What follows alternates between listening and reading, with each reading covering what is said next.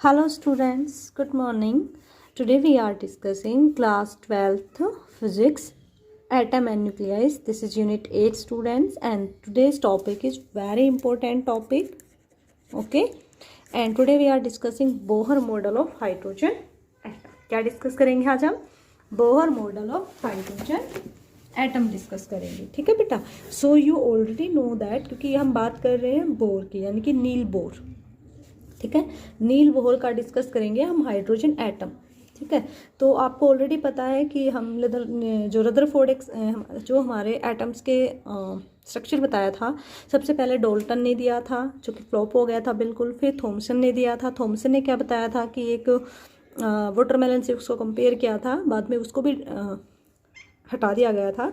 But finally जो हमें structure दिया वो दिया जे थॉमसन ने. ठीक है, और सॉरी उसने ओके रदरफोर्ड ने दिया. तो उसके बाद नील बोर आए. फाइनली उन्होंने अपने कुछ पोस्टुलेट्स दिए. Niels Bohr comes to conclusion. उसने बताया कि कैसे मतलब क्लासिकल आइडियाज़ को उसने कंसेप्ट्स कवर करते हुए उसने अपने 3 पोस्टुलेट्स दिए. सबसे पहले हम पढ़ेंगे 3 बेसिक पोस्टुलेट्स. उसने क्या क्या अपने पोस्टुलेट्स दिए उनके बारे में पढ़ेंगे. ठीक है, तो सबसे पहले उसने क्या बताया कि जितने भी एटम्स हैं हमारे, पहले हम समझ लेते हैं देन आई टेल यू, कि जितने भी आपके एटम्स हैं उसमें क्या होता है, एक सेंट्रल कोर होता है. एक सेंटर में होता है कि जो भी आपके एटम्स होते हैं, जैसे कि कोई एटम है, ठीक है, उसके सेंटर में एक कोर होती है. ठीक है, इस सेंटर वाले कोर को क्या बोलते हैं हम? न्यूक्लियस. इसको क्या बोलते हैं हम? न्यूक्लियस. ये फर्स्ट पोस्टुलेट था बेटा. क्या बताया कि जितने भी हमारे एटम्स उसके सेंटर में क्या होता है? न्यूक्लियस होता है. ठीक है, और इस न्यूक्लियस में क्या होता है? सारा पॉजिटिव चार्ज रहता है. इस न्यूक्लियस के अंदर कौन रहेगा? पॉजिटिव चार्ज रहेगा. एंड जो सारा मास है, all mass is also here. जितना भी एटम का मास है, ठीक है, जितना भी एटम का मास है, सारा मास न्यूक्लियस में रहता है. कहाँ रहता है? न्यूक्लियस में. And this is because of the proton. Okay, so अब ओवरऑल सपोज कीजिए कि suitable number of electrons revolve around the nucleus. और बाहर कौन रिवॉल्व करते हैं? बाहर रिवॉल्व करते हैं इलेक्ट्रॉन. और number of electron is equal to number of proton हमेशा रहेगा. ठीक है, इट मीन्स क्या हुआ? इट मीन्स ये हुआ कि अगर number of electron number of proton के इक्वल हैं तो टोटल जो एटम रहेगा, टोटली जो एटम रहेगा वो हमारा क्या रहेगा? न्यूट्रल. क्या रहेगा? न्यूट्रल रहेगा. ठीक है, सो क्या कंसेप्ट था? ये कंसेप्ट था कि every atom consist of a central core which is called nucleus and all the mass is concentrated at here and every atom have same number of proton and same number of electron. So we can say that the totally the atom is neutral. Okay okay बेटा. और देखिए, क्योंकि जो हमारे electron है वो इसके बाहर क्या कर रहे हैं बेटा? रिवॉल्व करते हैं अराउंड द न्यूक्लियस. कैसे ऑर्बिट में? एक सर्कुलर ऑर्बिट में. कैसे ऑर्बिटल में मूव कर रहे हैं? Circular orbit. ऑर्बिट का मतलब होता है बेटा वो पाथ, जिस पाथ में ये मूव करते हैं. ये कंप्लीट जो है ना बेटा, ऐसे इसके अंदर ये क्या करते हैं? मूव करते हैं इस तरीके से. इस तरीके से इसके अंदर मूव करेंगे. ठीक है, तो बेटा मैंने आपको बता रखा है अगर भी कोई भी बॉडी सर्कुलर पाथ में मूव करती है तो उसको रिवॉल्व करने के लिए क्या चाहिए?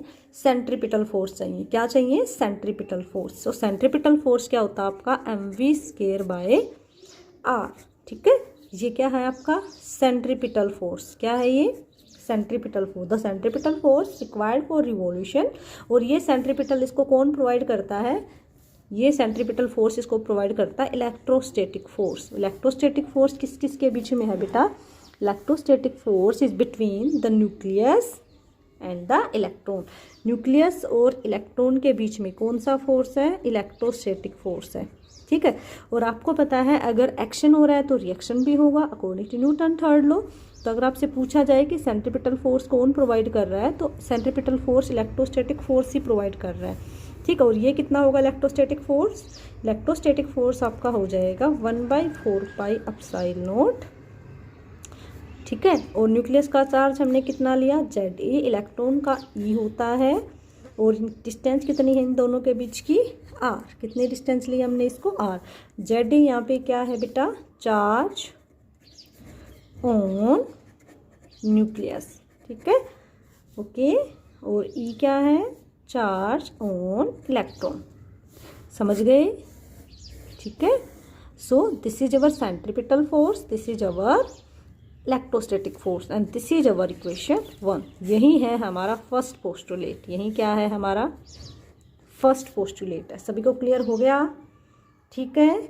अच्छा, अब आपको पता है बेटा, क्योंकि you know that, you know very well, आपको सबको बड़े अच्छे से पता है। आप ये बताइए, दिस इज mv²/r, कोई प्रॉब्लम नहीं है, यहाँ तक सबको समझ आ रहा है, ओके। अच्छा ये बताइए, क्या मैं इसको ऐसे लिख दूँ कि जेड फर्स्ट इक्वेशन को E²/r², क्योंकि बेटा वी नो के इज इक्वल टू 1/4πε0, तो हम 1/4πε0 जगह ये भी पुट कर सकते हैं, ठीक है। So this is our most important relationship, ठीक है। इसको हमने बोल दिया इक्वेशन नंबर 2, इसको हम यूज करेंगे, तो ये आपको दिमाग में अपने सेट रखना है, ठीक है। I repeat again, what is the first postulate. First postulate क्या कहता है, every atom consist of central core, ठीक है, in which whole mass that is entire positive charge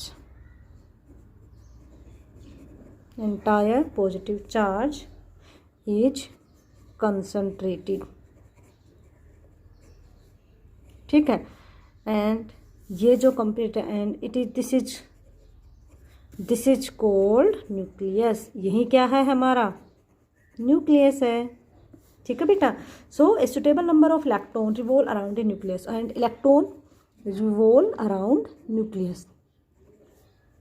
electron कहाँ घूमेंगे, न्यूक्लियस के अराउंड घूमेंगे। ये आपका थ्योरेटिकल कंसेप्ट हो गया, आप ये मैथमेटिकली बनाओगे, अराउंड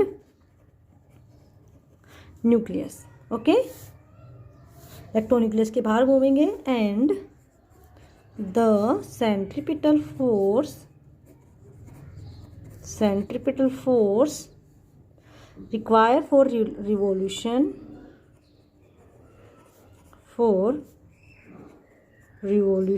जो सेंट्रीपिटल फोर्स चाहिए उसको घूमने के लिए अपने ऑर्बिट में, इज प्रोवाइडेड, कौन देता है इसको, ये is provided by electrostatic force of attraction between electron and nucleus, ठीक है। ये मैंने आपको समझा दिया था, अभी मैंने आपको ये definition the. This is our first postulate of Bohr model of hydrogen atom. First postulate सभी को क्लियर हो गया बेटा, ये आपको दिमाग में सेट करनी है, ये हमें अभी यूज करनी है आगे, ठीक है।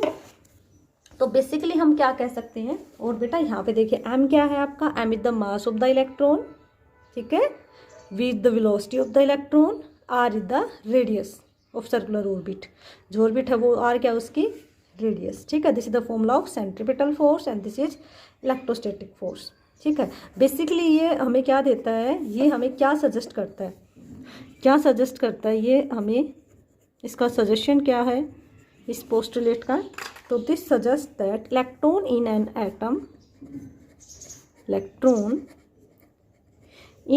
Atom revolve only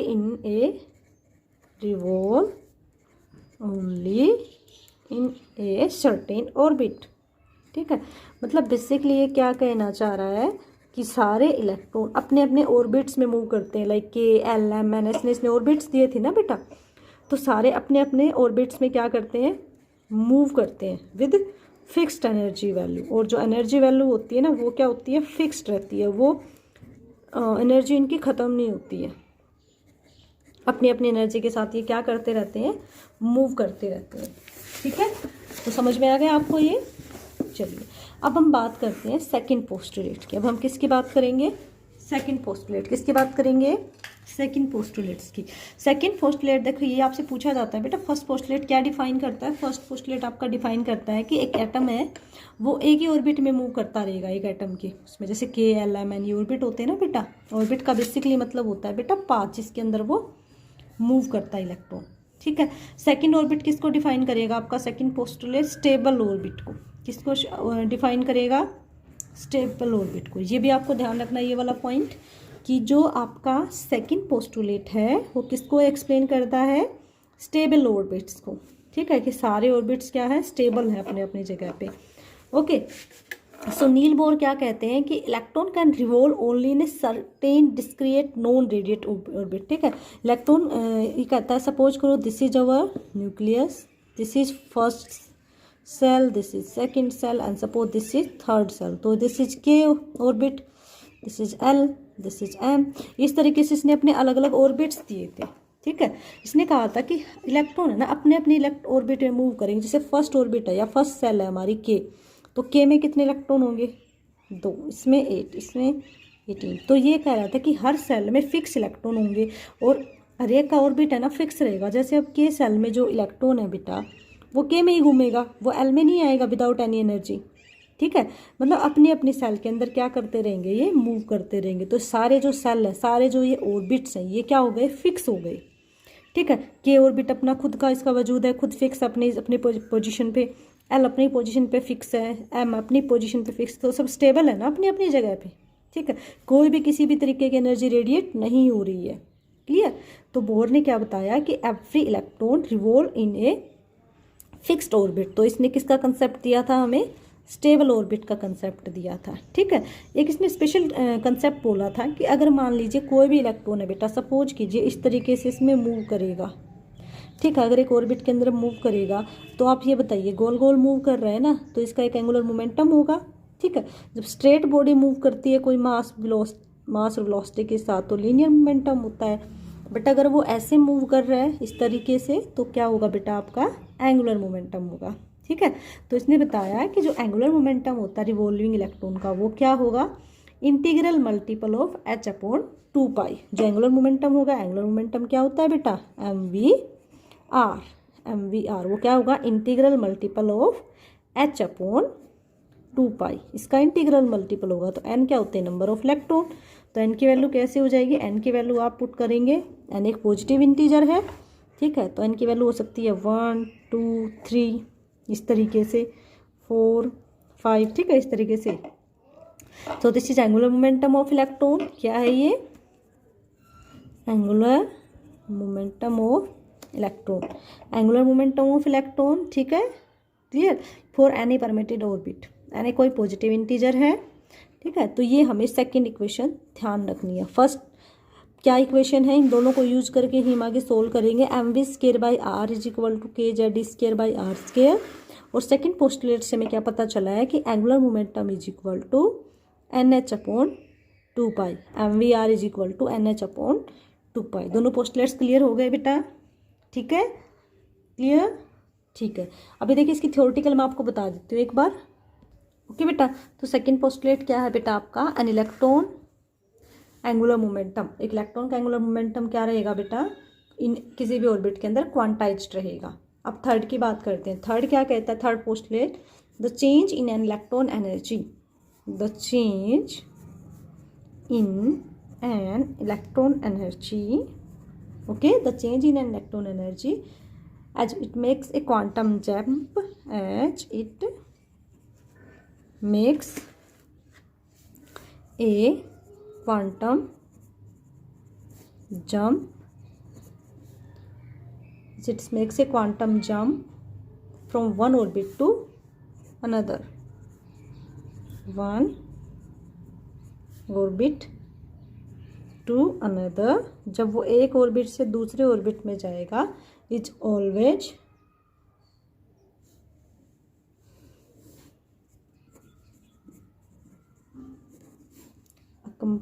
accompanied by the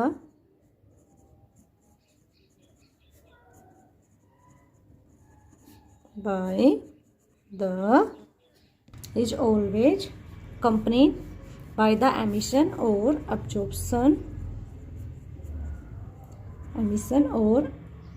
absorption of a photon. ठीक है, देखिए अब इस बात को समझते हैं। देखिए बेटा ये क्या कह रहा है, अगर मान लीजिए आपका एक ऑर्बिट ये है और एक ऑर्बिट ये है, ये क्या कह रहा है, अगर एक इलेक्ट्रॉन यहाँ से इस ऑर्बिट में जाएगा तो कुछ टाइम बाद ये वापस आ जाएगा। ठीक है, और जब ये वापस आएगा तो कुछ ना कुछ एनर्जी क्या करेगा, रिलीज करेगा। ठीक है, समझ रहे हो। जैसे अब इससे पहले कौन था, अपना रदरफोर्ड था। रदरफोर्ड ने क्या कहा था कि जब इलेक्ट्रॉन अपने ऑर्बिट में मूव करेगा ना बेटा तब भी एनर्जी रेडिएट करेगा, लेकिन इसने क्या कहा कि जब वो अपने ऑर्बिट में घूमेंगे ना तब कोई एनर्जी रेडिएट नहीं होगी।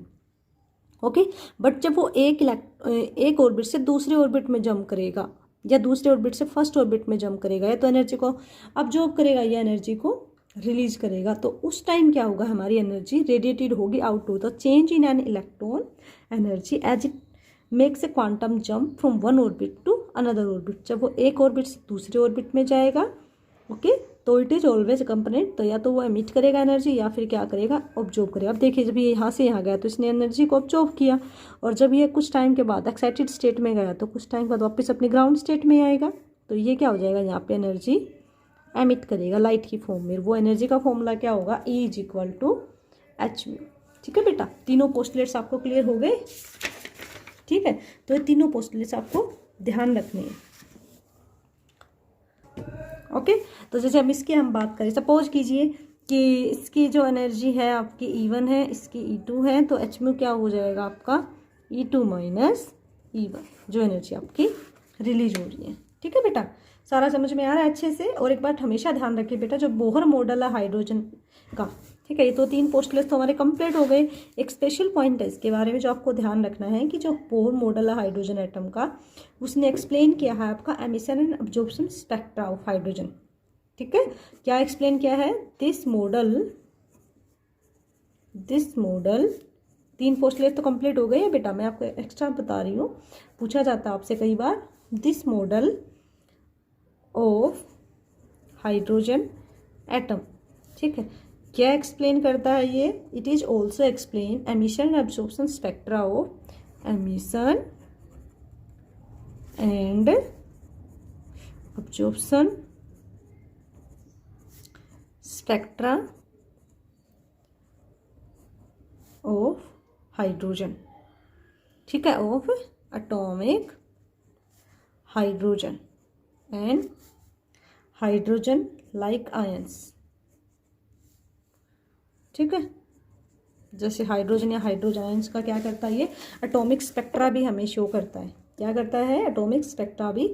ये पहला ऐसा एक काम ये कर सकते हो, this is the first model, ये पहला ऐसा मॉडल था जिसने क्या एक्सप्लेन किया था बेटा, it also explain, it also, ये इंटरनली क्वेश्चन के लिए काफ़ी इंपॉर्टेंट है बेटा, इट ऑल्सो एक्सप्लेन, आपसे पूछा जा सकता है, it also explain concept of quantum number, concept of quantum number. ठीक है, इन्होंने क्या एक्सप्लेन किया था, क्वांटम नंबर का कंसेप्ट भी इन्होंने एक्सप्लेन किया था। ठीक है, it also explain the concept of quantum number. ठीक है, किस लिए, to describe atomic state, to describe atomic state. ठीक है, एटॉमिक स्टेट को एक्सप्लेन करने के लिए। तो बोहर मॉडल आप ये कह सकते हो काफ़ी एक इंपॉर्टेंट स्टेप था in development of quantum mechanics which deals with many atoms many electrons. ठीक है, तो काफ़ी इंपॉर्टेंट टॉपिक है ये, और आप ये कह सकते हैं कि इसको एक्सप्लेन करने के बाद भी काफ़ी सारे हमारे कंसेप्ट्स क्लियर हुए हैं। ओके, तो बेटा इन अवर नेक्स्ट पार्ट, ठीक है, in our part two we are discussing, we are find out radius of Bohr stationary orbit. क्या फाइंड आउट करेंगे हम, रेडियस फाइंड आउट करेंगे बोहर स्टेशनरी ऑर्बिट की, वेलोसिटी फाइंड आउट करेंगे इलेक्ट्रॉन की, frequency find out करेंगे। ठीक है, टोटल एनर्जी भी हम फाइंड आउट करेंगे।